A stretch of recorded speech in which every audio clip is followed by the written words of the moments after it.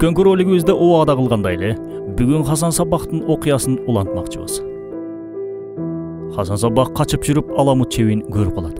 Бул чеп өтө бийик тоонун үстүндө жайгашкан эле. Айланасы болсо тайгак аскалар менен куурчалган. Ага жетүү үчүн бир гана кууш жол бар болчу. Чепти багындыруу үчүн 350 метр бийиктиктеги аска аркылуу чыгуу көпчүлүктүн колунан келбейт болчу. Ал эми Аламуттун айланасы чаң жолдор менен курчалып, душмандын келе жатканы алдын ала эле асманга көтөрүлгөн чаңдан улам билинип калчу. Батинилердин башчысы күн сайын өз тарапташтарын чепке жөнөтүп, аны кантип алуунун планын ойлоно баштайт. Бара-бара Аламуттун ичинде да тарапташтар көбөйүп, ал жерде төңкөрүш жасайт. Жыйынтыгында 1090-жылы Аламут чебин өз колуна алат Хасан Саббах. Натыйжада Низарилердин мамлекетин кургандыгын жарыялайт. Бара-бара Персия, Сирия аймагында ушул эле ыкмалар менен чептер жана шаарлар багындырыла баштайт. Дал ушул жерден Селжук жана Аббаси халифаттары менен аеосуз күрөшөт. Аламут чеби мындан ары батинилердин тарбияланчу базасы болуп калды. 12-20 жаш аралыгындагы жамаат мүчөлөрү бул жерден физикалык көнүгүүлөрдү аткарып, дайырлерден таалим алып, тийиштүү буйрук алган соң башка жерлерге тарап өз идеологиясын жайылтышкан. Сабактарда адамды колдобар болгон нерселер менен өлтүрүүнүн ыкмаларын үйрөнүшкөн. Буга кошумча актёрдук чеберчилик сабагы да бар болчу. Анткени душманга сыр алдырбоо үчүн бул эң керектүү өнөр болчу. Түрдүү тилдерди үйрөтүү аркылуу тарапташтарын чар тарапка жөнөтүп турган. Хасан Саббах тарапташтарынын санын көбөйтүү максатында магия, нумерология, каббализм, астрология илимдерин үйрөнүп, аларды колдончу.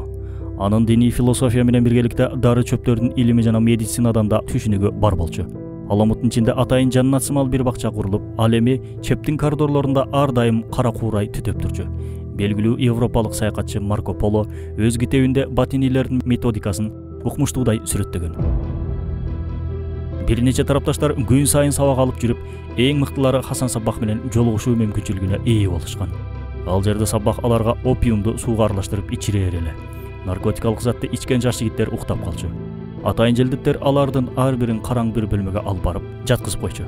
Уйкудан ойгонгон жигит көзүн ачса караңгы жана жыты адам чыдагыс бир жерде экендигин байкайт. Айланасында болсо жылан чаяндар. Жанында казанда боркулдап кайнаган кара май. Бир заматта кара кийимче бирөөлөр келип сабай башташат. Акыл ээсин оодарып, бул кыйноолор көп убакытка созулган. Аягында отко кызытылган темир менен денесин күйгүзчү жана бул Хасан Саббахтын тозогу деп айтышчу. Соогон жигитке кайрадан опиум суусун ичирип, уктаган абалында Аламут чебинин ичиндеги жасалма бакка алып барышкан. Ал бактын ичинде мөмөлүү дарактар, шараккан суулар жана көк майсаң бар эле. Көзүн ачкан жаш жигиттердин ар биринин жанында сулуу 4-5 кыздар келип, бири шарап куюп жатса, экинчиси жүзүм сунуп турчу. Таң аткыча алар менен шарактаган жаштар огойтер мас болуп калчу. Бактын ичинде атайын жасалгаланган сүт көл жана бал көл да бар болчу. Ал жигиттерге ар дайым бул Хасан Саббахтын бейиши деп айтып, кулагына бул нерсени куйшат болчу. Уктап калган жаш жигиттерди желдеттер кайрадан Саббахтын бөлмөсүнө алып келишет. Ойгонгон жаш жигит Саббахты көрөр замат ордунан атып туруп ага жүгүнөт. Эмнени көрдүң уулум деп сурайт Саббах. Жаш жигит мен сиздин тозок жана бейишиңизди көрдүм деп башынан өткөзгөн окуяларды айтып берет. Саббах: эгерде менин жолумда бекем болсоң, мындай жыргалчылыктардын көбүн түбөлүк көрөсүң.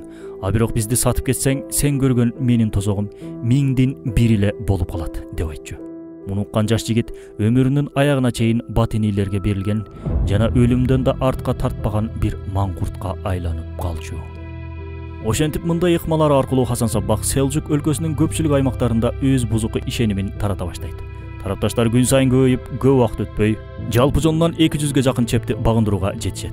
Көпчүлүк учурда ачык согуштук аракет кылбастан, коолук жана жашыруун ыкмалар менен элдин жүрөгүнө коркунуч салууга аракет кылышкан.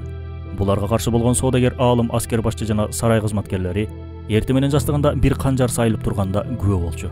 Жанындагы катта «Биз сага өтө жакынбыз жана Хасан Саббахтын саламын сага жеткизип жатабыз» деген сөздөр жазылчу. Саясатчыларды шантаж кылуу, аларды өлтүрүү, пара менен сатып алуу жана түрдүү психологиялык ыкмалар менен согушкан батинилер тапшырма кылаардан мурун хашхаш, башкача айтканда наша чегип алып кылгандыгы үчүн калың эл буларды хашхаши деп атачу.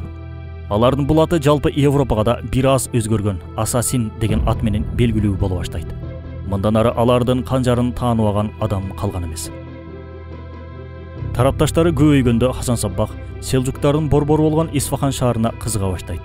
Муну уккан селжук султаны Меликшах Батыни балесин түп тамыры менен жок кылам деп көптөгөн жолу Аламутка аскерлерин жөнөтөт. Күндөрдүн биринде селжуктардын бир элчиси Аламуттун алдына келип, Хасан Саббахка Султан Меликшахка багынгын деген катын окуйт. Муну уккан Саббах жылмайып туруп, чептин чатырында турган 4-5 ак кийимчан аскерлерине Хасан Саббах силерге бейиш тартуулайт деп кайрылат. Муну уккан желдиттер дароо канжарларын кынынан чыгарып, өздөрүн мууздап, аскадан ылдый карай өзүн таштайт. Менин ушул сыяктуу 70 000 тарапташым бар. Сенин падышаң менден багынуумду талап кылгандай, ушундай аскерлери барбы деп сурайт Саббах. Болгон окуядан таасирленген элчи муну сарайга жеткизгенде, бул укмуштуудай кабар элге тарап кетет. Султан Меликшах Низамул Мулкту Аламут чебин багындырууга жөнөтөт. Бирок жортуул ийгиликсиз болуп, султан ачуусун аймактагы башка батинилерден чыгара баштайт. Мындай абалдан ызаланган Хасан Саббах кимде-ким өлгөнүн башкы вазири жана султандын аталыгы болгон Низамул Мулкту өлтүрсө, ага бейиш тартуулай тургандыгын убада кылат. Дароо бир жылдет чыгып, селжук аскерлеринин арасына дервиш кейпинде кирип, Низамул Мулкка жакындаганда канжарын чыгарып жүрөгүнө саят. Батинилер көпчүлүк учурда каршылаштарын коомчулуктун элдин ортосунда өлтүрүшчү.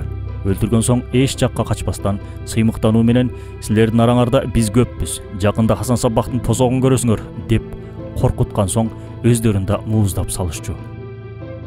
Натыйжада ошол доордун аскер башчылары үйдөн чыгаардан мурун кийиминин астынан соот кийип калышкан.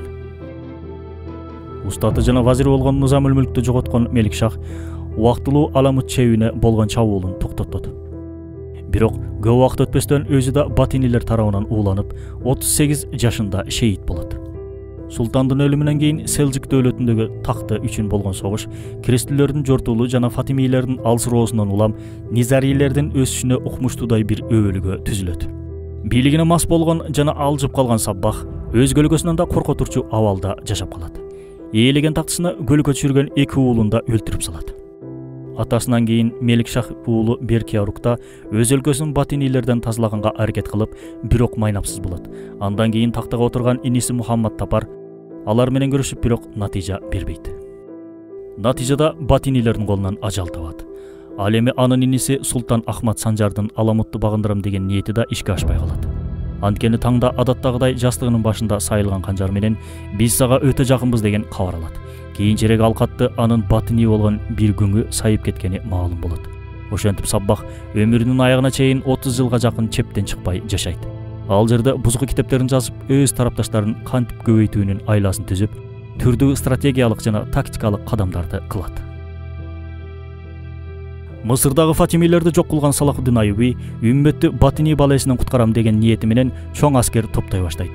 Батинилердин башчысынын артынан болсо эң мыкты баш кесерин жөнөтөт. Бирок күндөрдүн биринде ал да жастыгынан сайылган канжар менен "Бул канжарды сенин жүрөгүңө саяп койгонго да кудуретибиз жетет" деген катты көрүп, ого өтөр ачууланып, айланасындагылардан шек санай баштайт.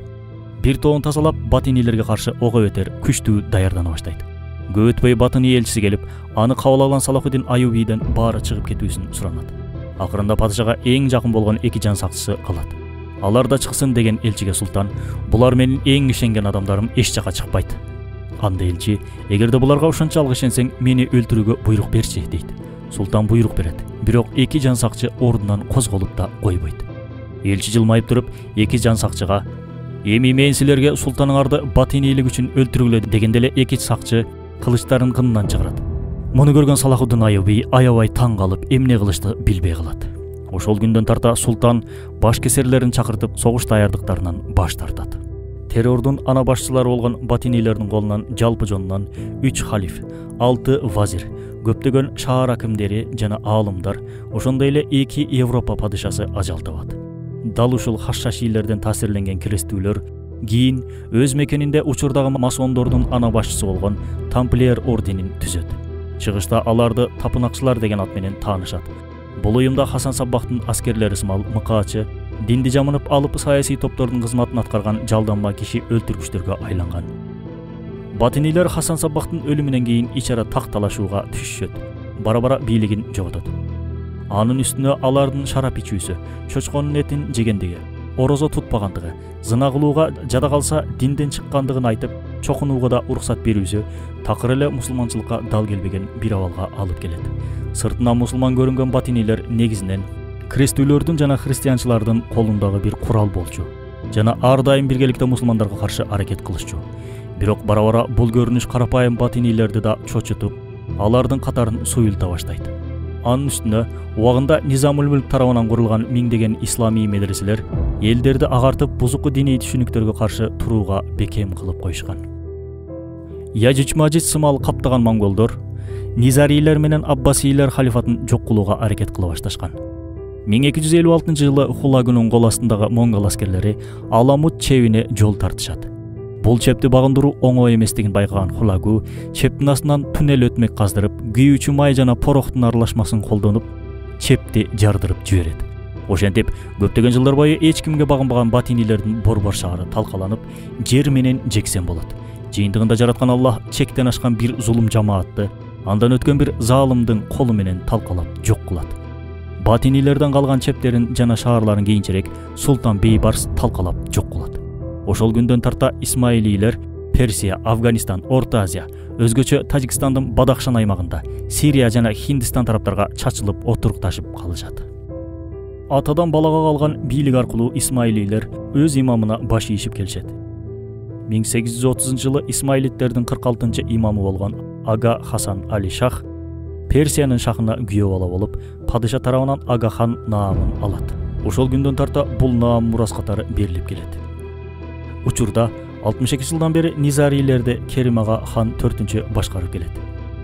Низари ишенимине ылайык тапкан акчанын 5тен бири ага зекет катары берилет.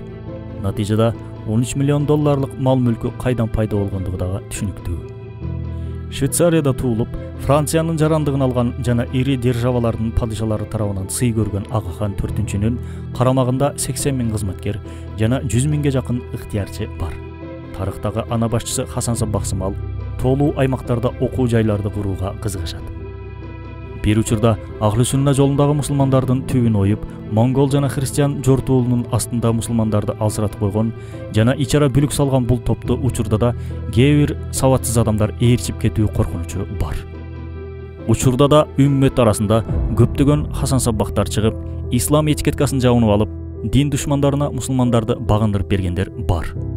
Кудай Таалам акыйкатты ак деп билип, ак жолдо жүрүүнү, адашкан батылды батыл деп билип, андан алыс болууну насип этсин.